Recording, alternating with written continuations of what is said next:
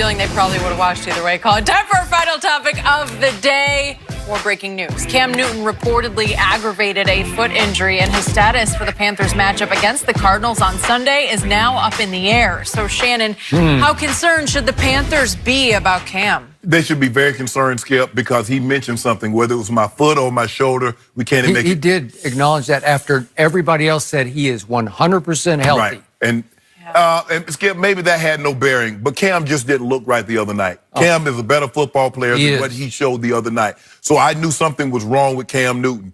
And if his left foot, that's the foot he plants on and spins it off of. So, yeah, they should be very, very concerned. And this is a winnable division now that Drew Brees is out of the mix for a little while. And yet they played Thursday night, so they've had 10 days to get ready for Sunday at Kyler Murray. Right. And if he's still having issues and he's re-aggravated this, this is a really bad sign. Yes. So is he just coming apart? Has he just taken too much punishment?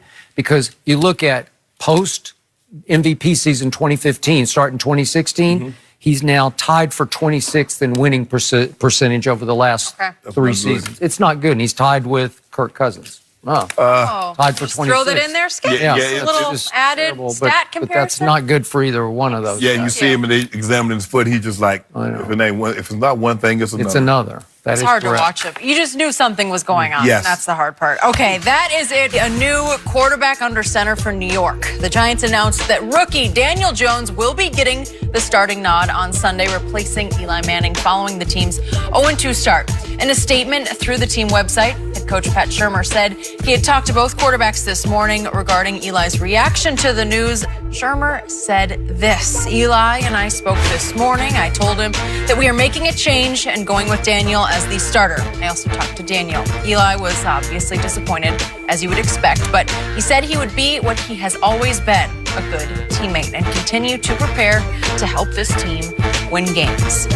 So, Shannon, when you think about Eli's career, what are you going to remember?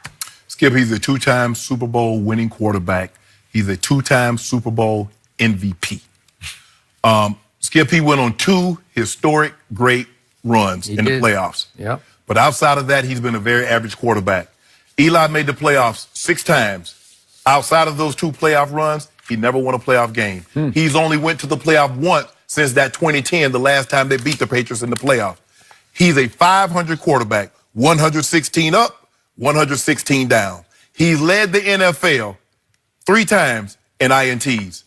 And Eli Manning, Skip, is going to make the Hall of Fame off of 2 great playoff runs. Really? I do. I do, Skip. I'm just because usher him right into the Hall of Fame. Skip, I'm not a voter. I'm in the Hall of Fame, and I used to think I knew what a Hall of Famer was, but obviously I don't anymore.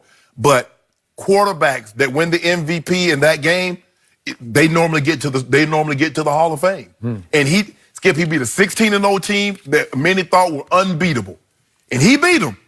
No matter what you think about Saturday, Skip Bayless, he did do that. I could make a case the defense beat Tom Brady. I would concur on that conclusion. But Skip, Eli Manning has been a very average quarterback. His numbers say that. His win-loss records say that. But he had 2 historic runs. He went 4-0, and outside of that, he's 0-4. So I wish I can give you more than that and says, okay, would you do yada yada? No. Eli had 2 great runs. Other than that, he's been a very average quarterback.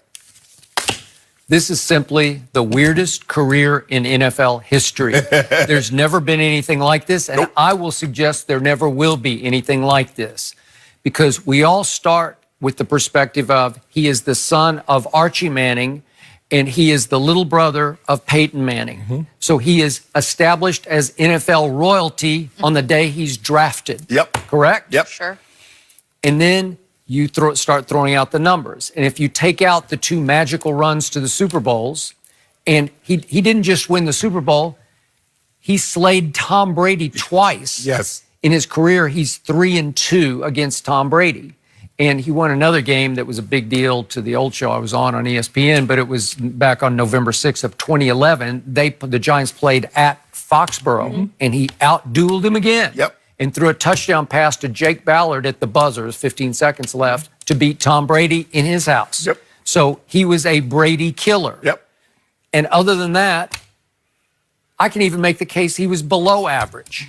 You led this league in interceptions 3 times? Really? So you made 4 Pro Bowls, but you played 16 years. So you only made 4 out of 16. It wasn't, you can't call that perennial Pro Bowl. No, right? No. Okay.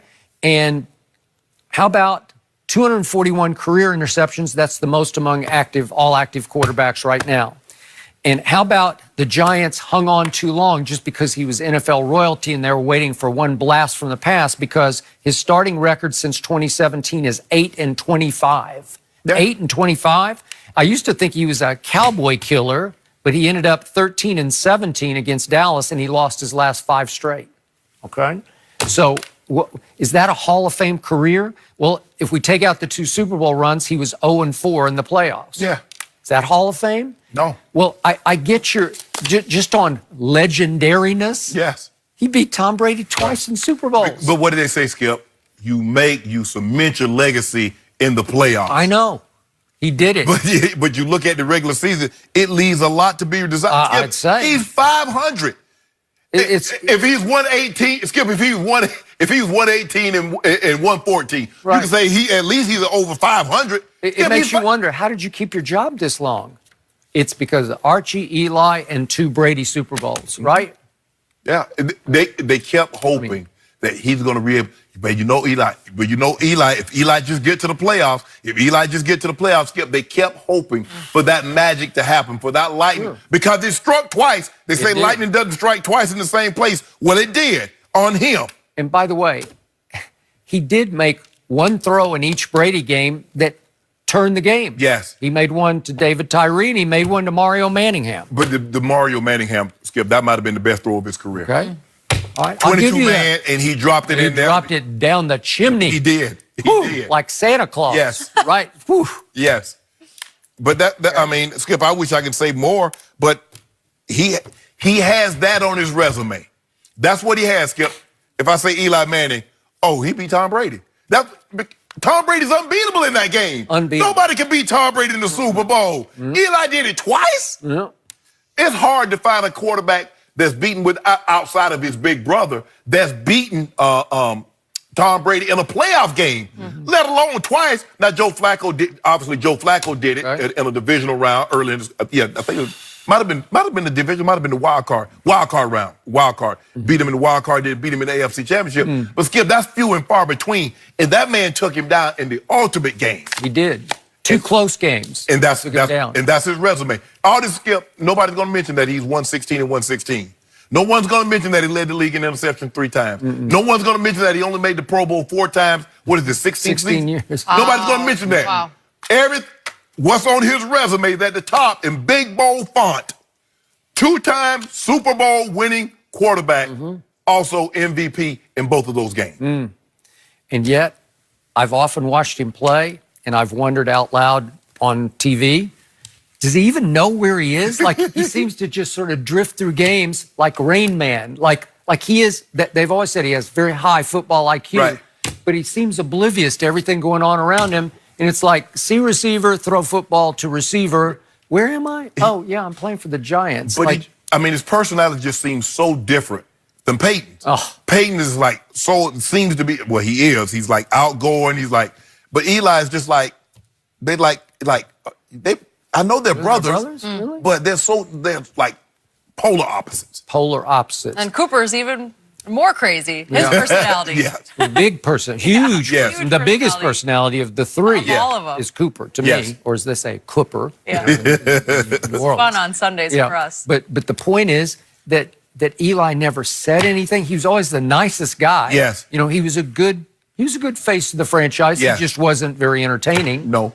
He worked at saying nothing. I'm not sure he ever had a whole lot to say. And maybe, Skip, this is why he survived yes, he did. as well as he did in New York. In New York. Because of the way he's wired, the way he's built.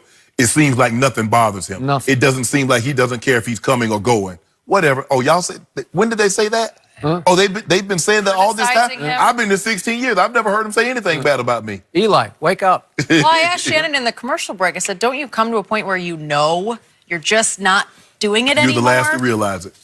And Everybody else can see it. Skip, you look at, I mean, I was watching myself on tape. I was like, damn, that tight end moving slow. And then all of a sudden, he turned around. He had on 84. I was like, that's me. That's, oh, ooh. I'm like,